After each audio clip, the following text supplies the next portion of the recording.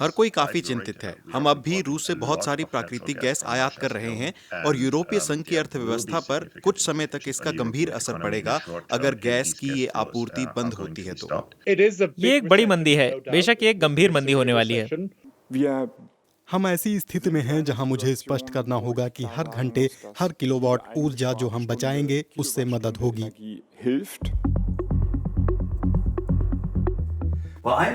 मैं तो अपना योगदान दे रहा हूं और हीटिंग बंद कर रहा हूं। अभी आसान है क्योंकि वसंत है और मौसम गर्म रहने वाला है। पिछले महीनों के मुकाबले अगले कुछ महीनों में लोग काफी कम गैस इस्तेमाल करेंगे, लेकिन क्या ये पर्याप्त है? शायद नहीं, क्योंकि घर तो इस समीकरण का बस छोटा सा हिस्सा भर है। घरों की हीटिंग जर्मनी की कुल प्राकृतिक गैस की खपत का 1/3 से भी कम हिस्सा है।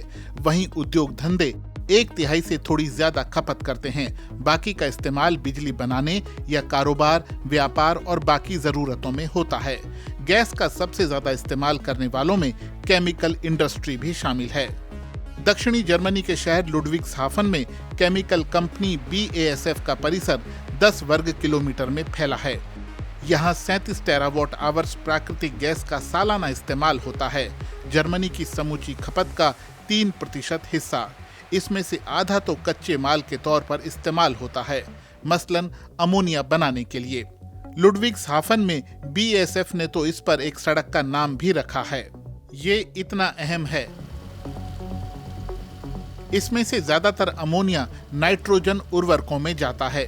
जर्मनी के किसान संगठन चिंतित हैं कि गैस की कमी के कारण 2023 में गेहूं, रेपसीड और जरूरी सब्जियों की आपूर्ति घट सकती है। विशेषज्ञों का कहना है कि खाद्य कीमतों में हुई मौजूदा वृद्धि के बाद अगले साल बाजारों में सामानों की आपूर्ति घट सकती है।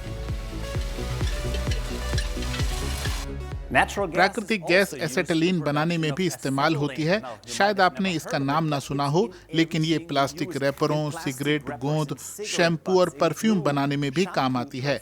हाँ, हमें इसका कम इस्तेमाल करना चाहिए, लेकिन असलियत में हम इसका इस्तेमाल करते हैं और खपत बिल्कुल कम नहीं कर सकते।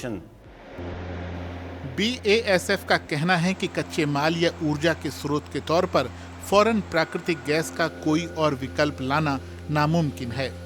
जर्मन अर्थव्यवस्था में केमिकल इंडस्ट्री की बहुत अहमियत है। GDP का 3% उसी से आता है।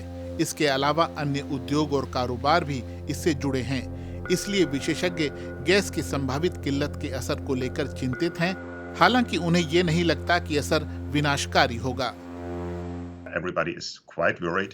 हर कोई काफी चिंतित है। हम अब भी रूस से बहुत सारी प्राकृतिक गैस आयात कर रहे हैं और यूरोपीय संघ की अर्थव्यवस्था पर कुछ समय तक इसका गंभीर असर पड़ेगा अगर गैस की ये आपूर्ति बंद होती है तो। लेकिन पिछले महीनों में हम देख चुके हैं कि यूरोप बड़े स्तर पर अपनी खपत घटाने में समर्थ है। बढ़ी हुई कीमतों के आधार पर और LNG का आयात भी बढ़ाने की क्षमता है। इसीलिए अगर हम मौजूदा आयात जारी रखते हैं और यूरोप की मांग की वर्तमान कमी भी जारी रहती है तो हम रूसी गैस के बिना गुजारा कर सकते हैं और शायद इसके कारण पुतिन भी आपूर्ति रोकने से पहले 2 बार सोचेंगे।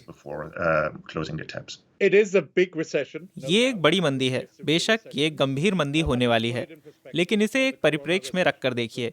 कोरोना के कारण आई मंदी में 5% से ज्यादा की गिरावट थी, इससे भी ज्यादा थी, और मैं कहूंगा कि दक्ष आर्थिक नीति के साथ इसे संभाला जा सकता है। और इसलिए कुछ तैयारियों के साथ, अच्छी आर्थिक नीति और बढ़िया इंतजाम के साथ जर्मन अर्थव्यवस्था इसका भी सामना कर सकती है।